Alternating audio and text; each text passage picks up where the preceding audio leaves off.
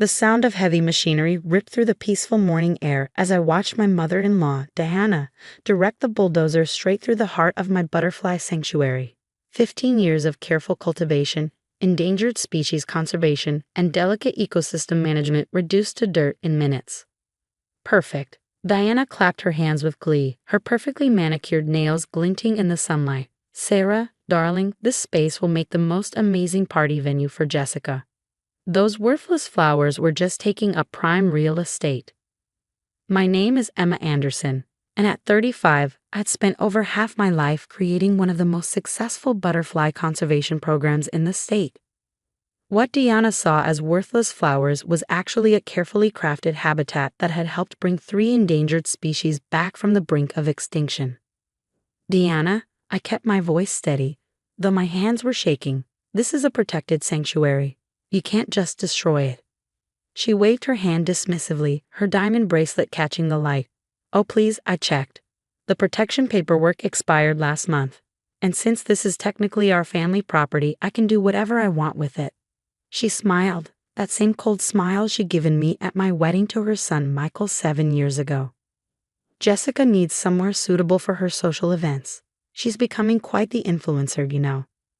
Jessica, my sister-in-law, stood off to the side, filming the destruction for her social media. This is going to be so perfect for my summer soiree series. She squealed, adjusting her designer sunglasses. Nobody wants to see boring butterflies anyway. I thought about the rare chrysalises hidden throughout the garden, the careful documentation of migration patterns, the delicate balance of plants and insects I'd maintained for years. Diana had timed this perfectly. Michael was away on a business trip, and she knew the sanctuary's official protected status had temporarily lapsed while the renewal paperwork was being processed. What she didn't know was that I'd been preparing for something like this ever since she'd started making comments about the waste of space 3 months ago. You really should thank me, Diana continued, watching as the bulldozer crushed my award-winning moonflower patch.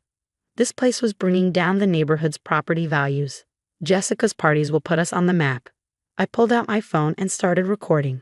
Diana's smile faltered slightly. What are you doing? Documenting. I replied calmly.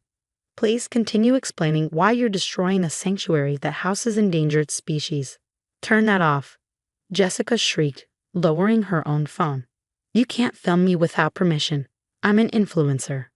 But I kept recording as Diana strutted around the destruction, detailing her grand plans for Jessica's venue. The pergolas draped in designer fabrics, the imported marble fountains, the sophisticated lighting system. Each detail she mentioned was another nail in her own coffin. What Diana and Jessica didn't understand was that butterflies aren't just beautiful, they're survivors. And so was I. The landscapers will be here tomorrow to clear out any remaining weeds, Diana announced, brushing non-existent dirt from her silk blouse. Jessica's first event is in 2 weeks. I expect you to be supportive, Emma. After all, we're family. Family. The word felt bitter in my mouth. I thought about the hidden cameras I'd installed throughout the sanctuary last month, the careful documentation I'd been keeping, and the emergency conservation plan I put into place with the help of Dr. Martinez from the State Wildlife Protection Agency. Of course, I said, smiling for the first time that day. Family is everything, isn't it? Diana's eyes narrowed slightly at my tone, but she quickly recovered. Exactly. I knew you'd understand. Come along, Jessica. We need to meet with the event planner. As they click-clacked away in their expensive heels, I looked at the devastation around me. To an untrained eye, it looked like complete destruction. But I knew better. Underground, hidden in specially designed protected chambers, thousands of chrysalises were waiting to emerge. In the surrounding trees, carefully camouflaged sanctuary boxes housed countless others. I pulled out my phone again, this time to make a call. Dr. Martinez, it's happened. Yes, exactly as we predicted. Can you come now and bring the documentation team? That evening, as the sun set over the destroyed garden, I sat on my back porch and opened my laptop. The sanctuary's social media accounts had over 500,000 followers, all dedicated to butterfly conservation and environmental protection.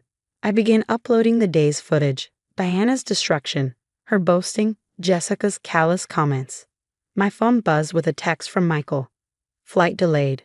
Be home tomorrow. Everything okay? I looked at the demolished sanctuary, remembering how Michael and I had met there 7 years ago when he visited to write an article about butterfly conservation. He'd understood then what his mother and sister never could.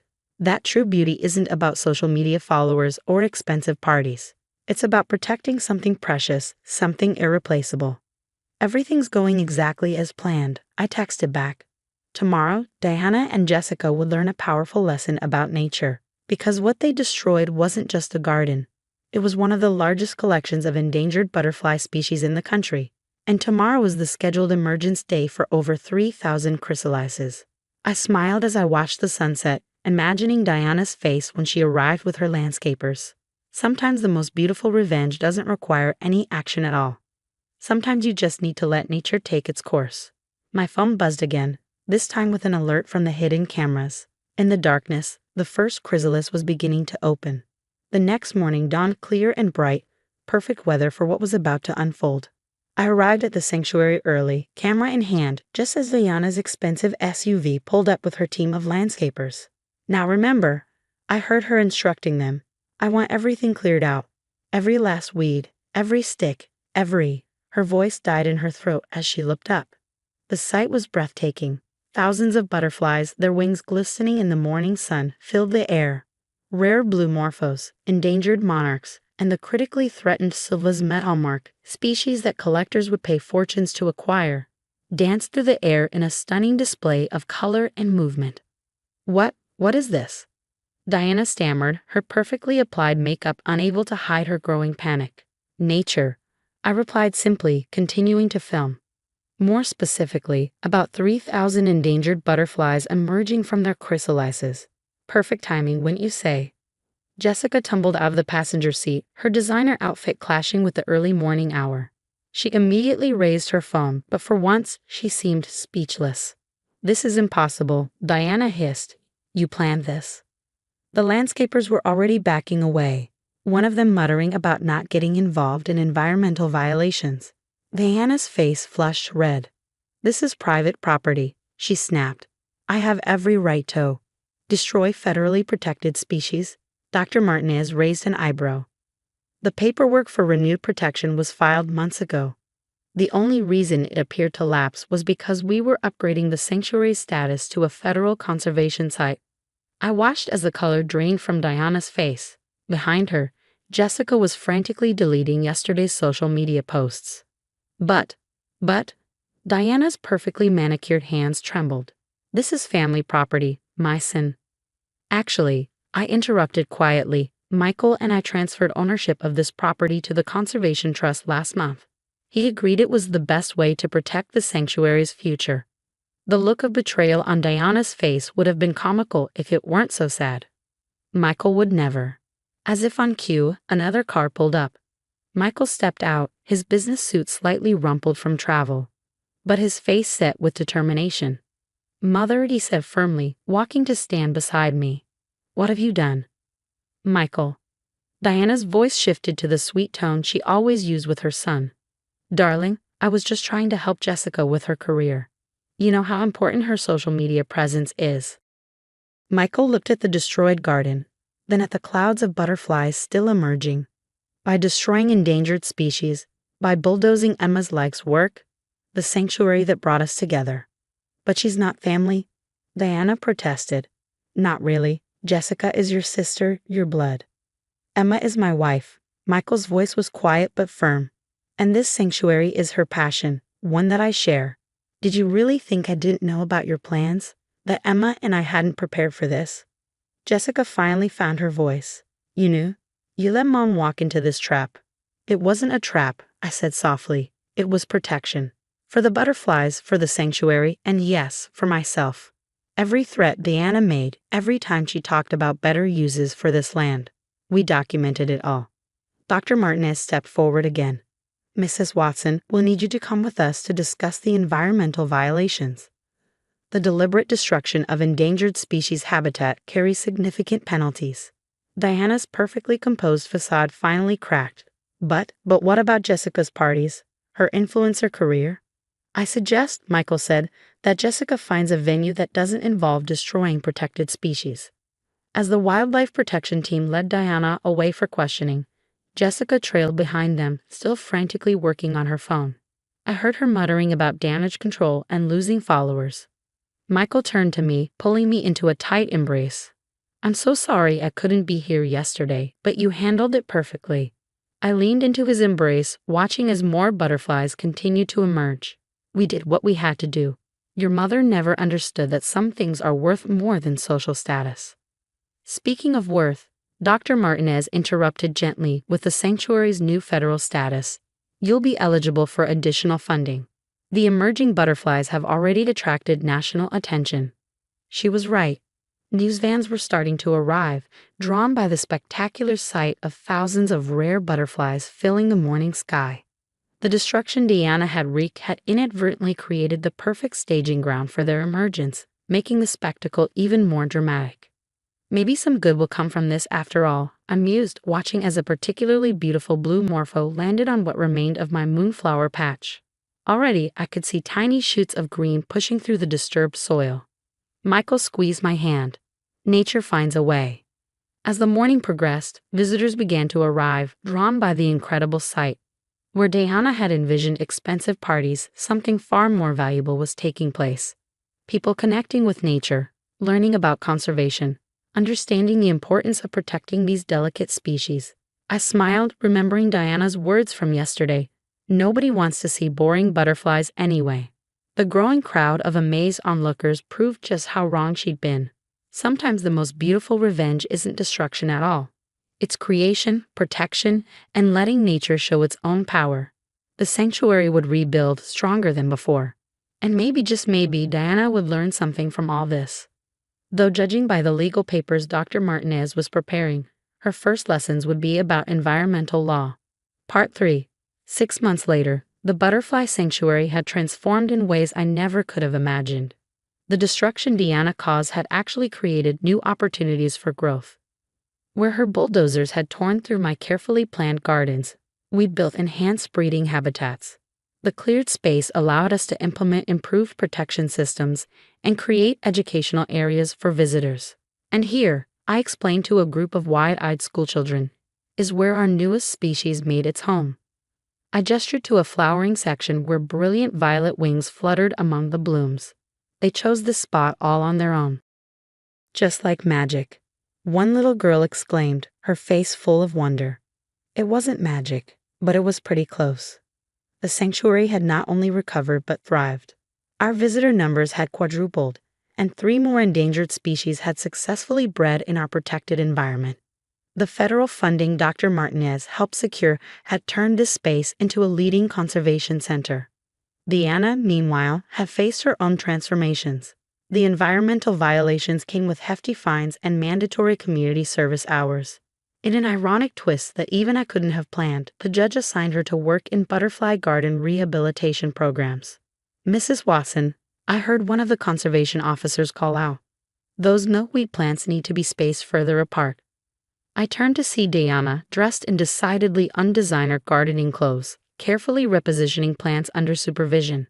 The past months had changed her appearance. Her perfectly manicured nails were now often dirt-stained, and her expensive highlights had grown out.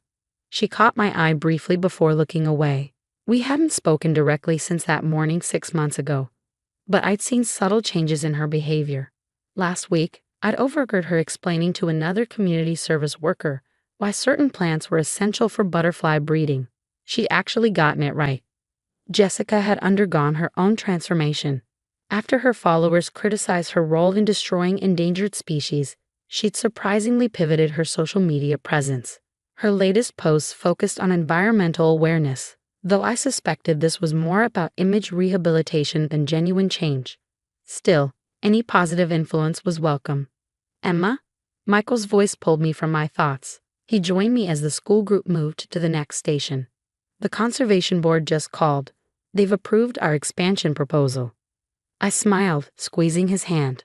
The expansion would allow us to protect an additional 20 acres of land, creating one of the largest butterfly conservation areas in the country. Perfect timing. The new species are going to need more space. Speaking of space, he hesitated, glancing toward his mother. Mom asked if she could continue volunteering here after her community service ends. I raised my eyebrows, surprised. Diana had never shown any interest in actual conservation work before her mandatory service. Really? She said working with the butterflies has been therapeutic. Michael shrugged. I think she finally understands what you've been trying to create here. As if to emphasize his point, a massive blue morpho butterfly landed on Diana's shoulder as she worked. Instead of shrieking or shooing it away as she once would have, she carefully paused her work until it chose to fly off. Well, I said thoughtfully, we could always use experienced volunteers who understand the importance of protection and conservation. The sanctuary had taught me many lessons over the years, but perhaps the most important was that transformation, like the metamorphosis of a butterfly, takes time and the right conditions. Diana's attempt to destroy this place had instead forced her to understand its value. Later that afternoon, as the sun began to set, I found Diana still working in the garden. She looked up as I approached, her face uncertain. The black swallowtail seemed to prefer this section, she said quietly, gesturing to the plants she'd been tending. I've been keeping track of their patterns. I nodded, noting how healthy the plants looked under her care. They're very particular about their habitat. You've done good work here. She was silent for a moment, then spoke softly. I never understood before. I thought it was just flowers and bugs. But it's so much more than that. It's about protection, I replied. About creating safe spaces for vulnerable things to grow and transform. Diana met my eyes, and for the first time, I saw genuine understanding there. Yes, she said simply. I see that now. As we stood there in the growing dusk, butterflies dancing around us in the golden light, I realized that the sanctuary had worked its magic once again. It had transformed not just the land, but the people who touched it, even those who had once sought to destroy it. Sometimes the most beautiful revenge isn't about getting even or proving points. Sometimes it's about creating something so undeniably valuable that it changes hearts and minds all on its own. The butterflies had known this all along. They just needed us humans to catch up. Same time tomorrow? I asked Diana as she gathered her gardening tools. She nodded, a small but genuine smile crossing her face. The monarchs will be emerging. And they would be beautiful.